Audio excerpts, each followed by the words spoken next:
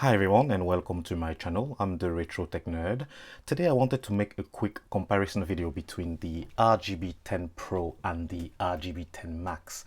The normal RGB10 was quite a popular device, and the RGB10 Max is the latest one, quite popular as well. I've already made a review of this device, so I'll leave a link in the description below. But the RGB10 Pro is a sort of upgrade to the normal RGB10. And that's gone quite unnoticed, really.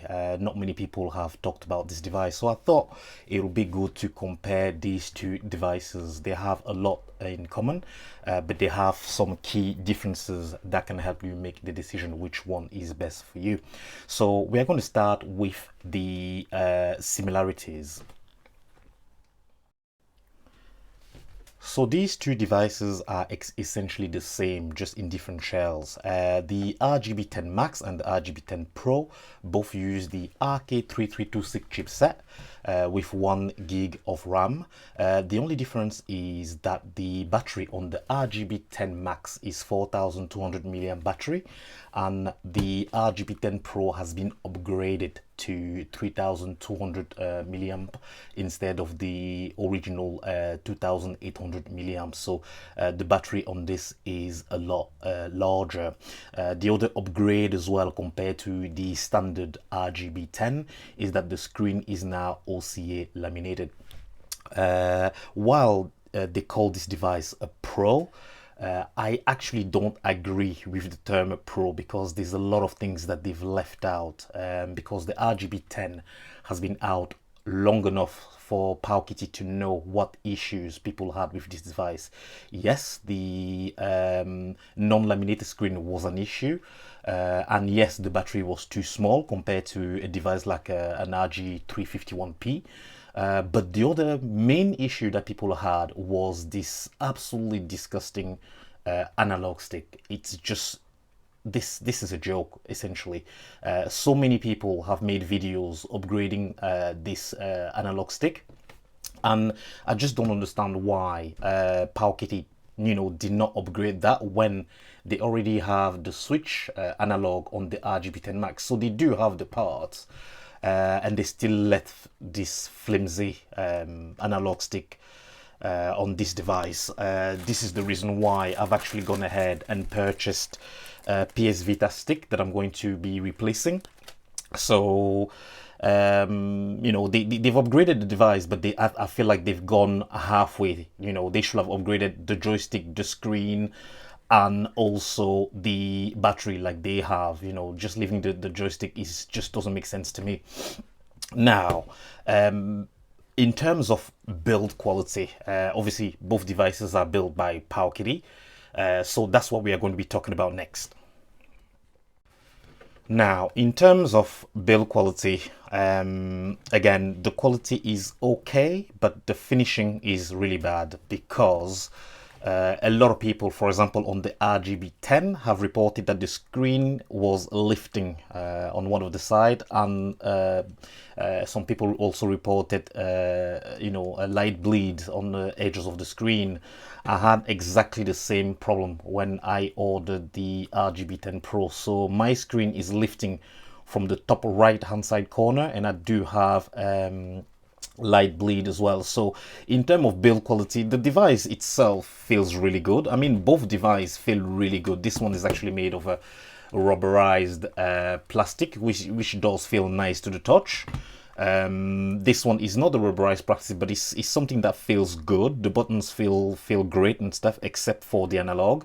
But overall, the device is well built, but there's just these little finishing touches that Powkitty misses.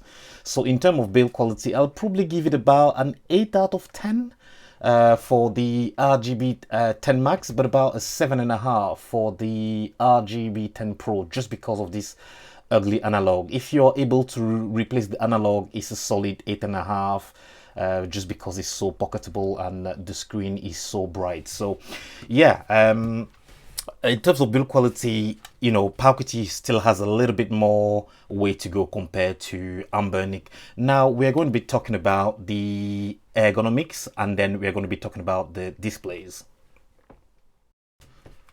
In terms of ergonomics, the RGB10 Max has done an amazing job at arranging all the key ports at the top of the device, which makes it so practical. You know, if you need anything, it's just at the top of the device. But the downside is obviously that the trigger, the shoulder buttons are very out at the extremities, so it's not 100% comfortable, but in terms of practicality, it's quite practical to have everything there. And they also even have a physical a Wi-Fi button, which is absolutely amazing. You know, I love the joystick. They feel absolutely amazing. D-pad feels great. The button feel good, and I don't have any issues playing games with this setup. Really, I can, you know, you can hold this and play for hours. It's just that comfortable, and with this big screen you do not have to worry about eye strain. Now the RGB10 Pro is pretty much a similar experience. It's very ergonomic, but the only problem that I have with the RGB10 Pro is that there's no volume buttons. You know, they could have put the volume button on the right hand side like a slider, or even buttons, but so I don't know why they didn't put a volume button. But apart from that, it's pretty ergonomic. They have the Wi-Fi USB, which is better than having the USB Type C, because you have to put a USB dongle and then, you know, the Wi-Fi on there, which makes it really long. But when it's just the USB, it doesn't protrude as much as it would if you had to first of all plug in a USB-C converter before plugging in the Wi-Fi dongle.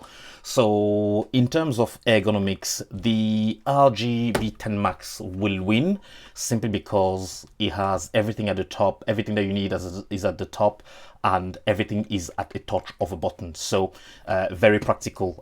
This is not by any means impractical.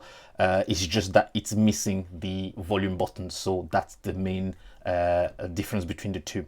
So next we are going to be talking about the display. So the other major difference between these two devices is obviously the display. The RGB10 Max has a 5-inch display with a resolution of 480p. Which in my opinion is a little bit low, but it's not too bad. However, the screen suffers from you know, low brightness issues. I've made a video that I'm going to link in the card above and in the description below, where we have games such as Resident Evil, Code Veronica, that do not play very well. I do know that there are some copies out there that do have a brighter screen, but my specific device suffers from a very dim screen. I'm going to demonstrate that in a moment. The RGB10 Pro has a 3.5-inch screen with a 320 resolution. So between the two devices, you have a bigger screen with slightly better resolution, but you have a much smaller screen at 320p. And to be perfectly honest, I prefer the screen on the RGB10 Pro compared to my RGB10 Max. And that is to do with the fact that I feel like, because the screen is smaller, it does come across as a lot crispier. The image looks sharper slightly, and also this has a much brighter screen, so I can actually play this one outdoors, whereas this one I cannot play outdoors, and there are some games I simply cannot play. So I'm going to just demonstrate what I meant with the brightness with the game Code Veronica. So here we are on Resident Evil Code Veronica, which is the game I initially tested the screen brightness on the RGB10 Max, and noticed that it was really dim. As you can already see from just these, just the menu in the game, in-game menu, the RGB10 Pro is a lot brighter than the RGB10 Max already. But what we are going to do is we are going to start both sequences. It's just the beginning of the game, and you'll be seeing the difference in brightness. So I think I only need to press one button on each side and it should start the sequence. Let's see. There we go. So you can see the difference.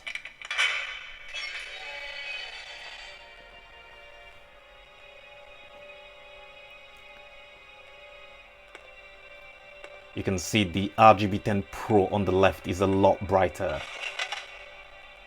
You know,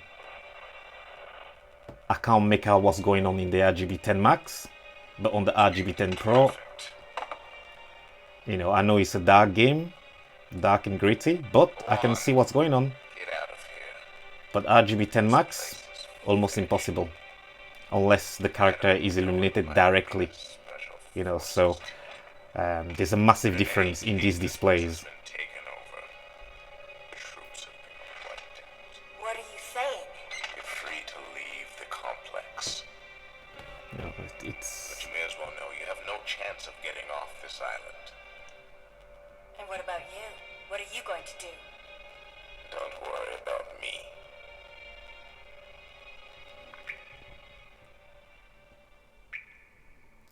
And then you can see at the end, when you're ready to move the character, look at how much brighter the RGB10 Pro is, and look at how dim the RGB10 Max is. Now, I know some people that own the RGB10 Max have been able to somehow make the screen slightly brighter, and I know that the RGB10 Max Panda version was tested by Sonic Love, and the screen seemed brighter. But my model, I've tried different firmware, I've tried some shaders and everything, and this is what I get on my RGB10 Max. You know, so this is the reason why, since I've made the initial review on this device, I've not really played with it. Whereas the RGB10 Pro, I'm actually really liking it. So if I was to choose between the two devices, I will definitely go with the RGB10 Pro. The reason is simply because the screen is a lot brighter. I like the small form factor, and I can tinker and upgrade the stick myself, so it's not much of an issue, this analog stick.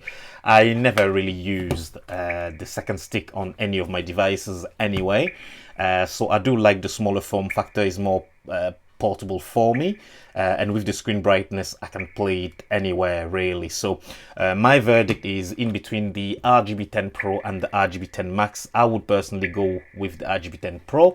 But you wouldn't be wrong if you went with the RGB10 Max and you were lucky to have a screen that has a better brightness, maybe the RGB10 Max Panda version. So that's my comparison video on these two devices. Thank you very much for watching. If that was informative for you guys, just leave a like and a comment, and that'll be much appreciated. Thank you very much for watching. Please subscribe, and I'll be back with another video. Thank you very much. Bye for now.